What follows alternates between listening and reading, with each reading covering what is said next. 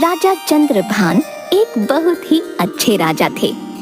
उनकी 3 रानियां थी, जिनका नाम लक्ष्मी, सरस्वती और पार्वती था। सब कुछ बहुत अच्छा था, सब बहुत खुश थे। चंद्रभान के राजा बनने से उनकी प्रजा भी उनसे बहुत खुश थी। लेकिन राजा और रानियों को बस एक ही बात का दुख था कि उनकी कोई औलाद नहीं थी। राजा चंद्रभान इसी बात को सोच सोच कर परेशान रहते थे कि उनके बाद उनके राज्य का उत्तराधिकारी कौन होगा। एक दिन महाराज अपनी तीनों रानियों के साथ बैठकर कार्यक्रम देख रहे थे, जिसमें एक व्यक्ति तरह तरह की कला का प्रदर्शन करके उनका मनोरंजन कर रहा था। जब कार्यक्रम खत्म हुआ तो राजा ने उसे अपने पास बुलाया।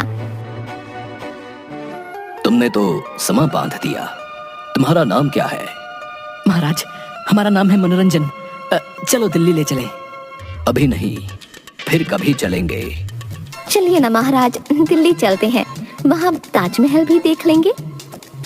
ताजमहल तो कश्मीर में है। तुम दोनों ही गलत कह रही हो, ताजमहल तो आगरा में है।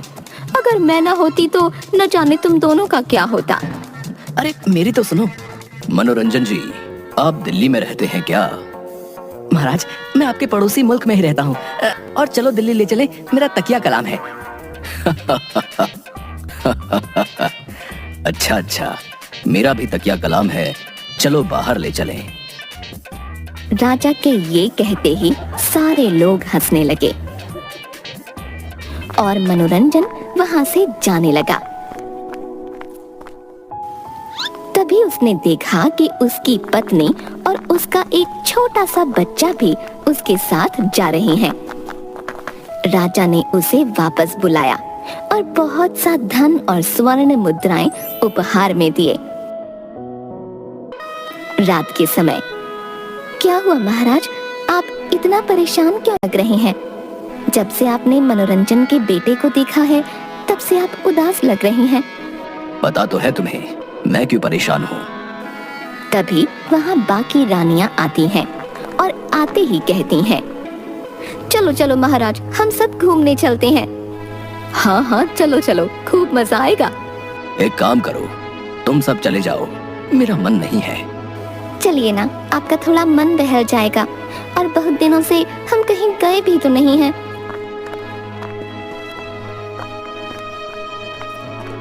रानियों के कहने पर राजा चंद्रभान घूमने जाने के लिए राजी हो जाते हैं। ठीक है, तो तुम लोग तैयारी कर लो, हम लोग कल सुबह घूमने के लिए जाएंगे। तीनों रानियां तैयारियों में लग जाती हैं।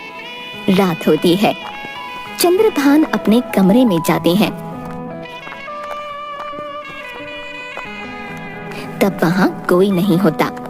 तीनों रानियां घूमने जाने की तैयारी में लगी हुई थीं। चंद्रभान अपने बिस्तर पर लेट जाता है और मन ही मन सोचने लगा, मैंने कभी किसी का दिल नहीं दुखाया, हमेशा सबकी मदद की है, फिर भी न जाने भगवान मेरे साथ ऐसा क्यों करते हैं। राजा चंद्रभान यही सब सोचते सोचते सो गए। उसी रात उनके सपने में एक पंडित जी आए। राजा चंद्रभान, अब तुम्हारे दुखों के अंत होने का समय आ गया है। कल तुम जब घूमने जाओगे, तुम्हें एक आम का पेड़ दिखाई देगा, जिसकी डाली पर 3 आम लगे होंगे, जिनको तोड़कर तुम अपनी बीवियों को खिला देना। ऐसा करने से तुम्हें जरूर संतान का सुख प्राप्त होगा।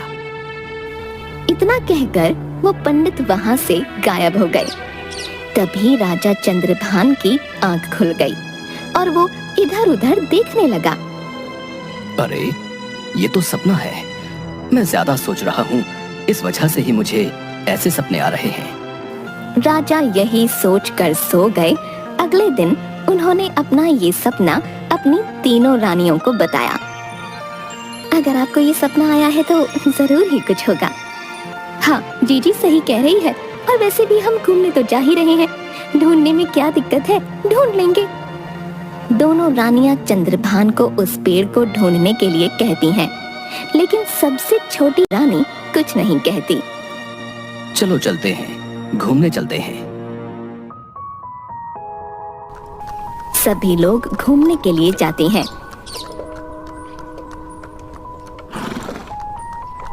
वाह वाह, कितना अच्छा लग रहा है यहाँ, बिल्कुल स्वर्ग जैसा अनुभव हो रहा है। चिड़ियों की चहचहाहट, कोयल की कूक, सब कितना अच्छा लग रहा है। और नदी का ये ठंडा पानी, सब कितना अच्छा लग रहा है। सब लोग मजे कर रहे थे, लेकिन राजा चंद्रभान इधर उधर उस आम के पेड़ को ढूंढ रहे थे। उन्होंने इधर उधर देखा, लेकिन कहीं भी उन्हें वो पेड़ नहीं दिखाई दिए। वो निराश हो गए। मैं फालतू में ही इतना सोच रहा हूँ। मैं ये भूल गया था कि वो एक सपना है। महाराज, चलो आगे चलते हैं। चलो। वो लोग आगे जाने लगते हैं। तभी उन्हें रास्ते में एक पंडित दिखाई देता है। उन्हें देखकर उनके मन में एक आस जग जाती है। वो उनके पास जाते हैं। बाबा, यहाँ कहीं आम का पेड़ है? हाँ, पास में ही एक आम का पेड़ है, लेकिन वो तो काफी साल पुराना है। अब तो उस पर फल भी नहीं आते हैं। अच्छा, फल भी नहीं आते? चलिए ठीक है। राजा चंद्रभान अपनी रानियों के साथ आगे जाने लगते हैं।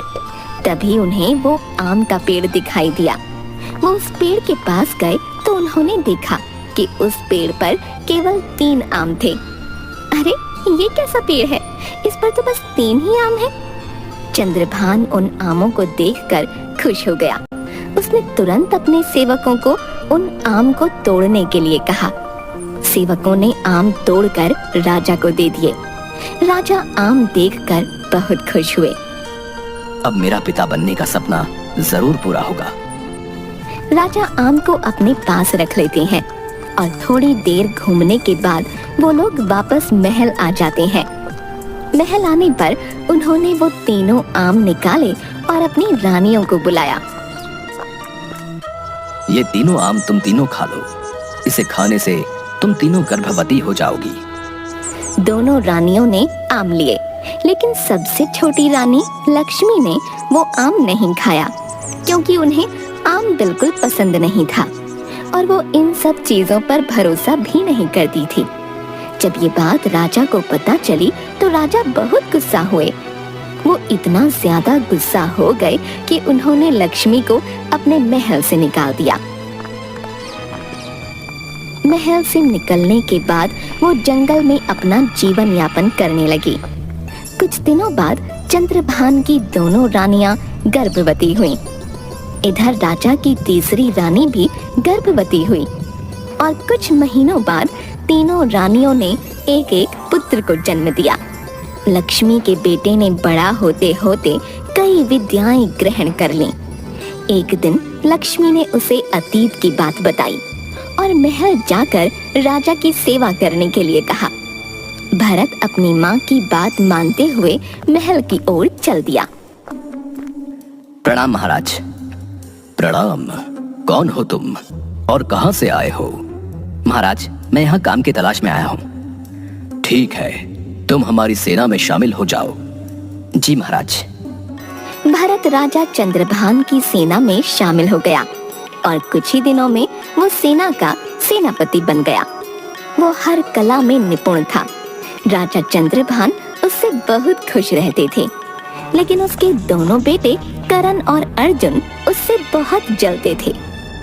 एक दिन, भैया, इसका कुछ तो करना पड़ेगा, ऐसे तो ये धीरे धीरे महल में आ जाएगा। हाँ, सही कह रहे हो तुम। भैया, क्यों ना हम इसे मरवा दें? नहीं करण, हम ऐसा नहीं कर सकते। अगर हमने ऐसा किया तो महाराज हमें नहीं छोड़ेंगे। इसको तो किसी और तरीके से फंसाना होगा। हाँ भैया, मेरे पास एक योजना है। हम दोनों कल शिकार पर जाएंगे और वापस घर नहीं आएंगे। पिताजी हम दोनों को ढूंढने के लिए जरूर उस भरत को भेजेंगे और जब हम नहीं मिलेंगे तो पिताजी खुद ही उसे मौत के घाट उतरवा देंगे। हाँ भैया, आप सही कह रहे हो। अगले दिन दोनों भाई शिकार के लिए निकल जाते हैं और शाम होते ही महल में उनकी माँ परेशान होने लगती है। किसी तरह महाराज उन्हें समझाते हैं। रात गुजरती है और सुबह सवेरे ही वो भरत को अपने पास बुलाते हैं। सेनापति भरत, अभी जाओ और हमारे पुत्रों को ढूंढ कर लाओ। अगर तुम हमारे पुत्रों को लाने में असमर्थ रहे तो तुम्हें इसके लिए मृत्यु दंड दिया जाएगा। महाराज, आप चिंता ना करें, मैं आपके पुत्रों को सही सलामत लेके आऊंगा। इतना कहकर भरत जंगलों की ओर निकल जाता है। बहुत दूर चलने के बाद वो जंगल में पहुंच जाता है और उन्हें ढूंढने लगता है, लेकिन उसे कहीं कोई नजर नहीं आता। ऐसे ही पूरा दिन निकल जाता है और रात हो जाती है, लेकिन वो हार नहीं मानता और आगे की तरफ बढ़ता जाता है। बहुत दूर चलने पर उसे कुछ रोशनी दिखाई देती है। वो रोशनी के पास पहुंचता है तो देखता है कि वहाँ एक सुंदर लड़की खिड़की से झांक रही है। कौन हो तुम? कहाँ से आए? चले जाओ यहाँ से, वरना वो राक्षस तुम्हें भी कैद कर लेगा। मुझ जैसे कई लोग यहाँ कैद हैं, तुम यहाँ से चले जाओ। भरत उस लड़की की बात से बिल्कुल नहीं डरा और मन ही मन सोचने लगा कि हो ना हो वो लोग भी यही हैं। तभी वो राक्षस वहाँ आ जाता है और उसे देख लेता है, और जैसे ही वो उसे अपनी कैद में करना चाह रहा होता है, वैसे ही आओ मुझसे युद्ध करो, मैं तुमसे युद्ध करना चाहता हूँ। जाओ जाओ यहाँ से, मुझसे युद्ध करना बच्चों का काम नहीं। हाँ। जादुई शक्तियों से तो कोई भी युद्ध जीत सकता है। अगर इतने बलवान हो तो बिना जादुई शक्तियों के युद्ध करो।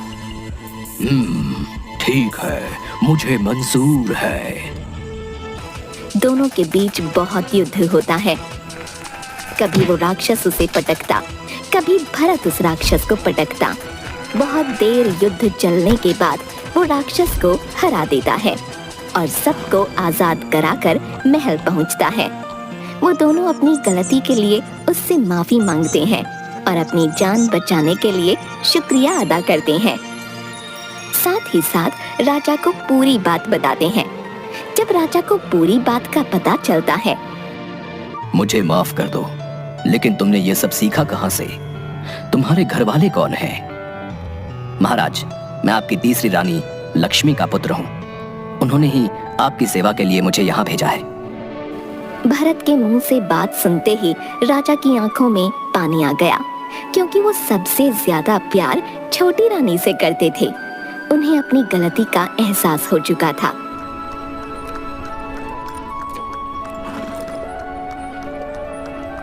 और अपनी गलती की माफी मांगी और वापस अपने महल साथ लेकर आ गए।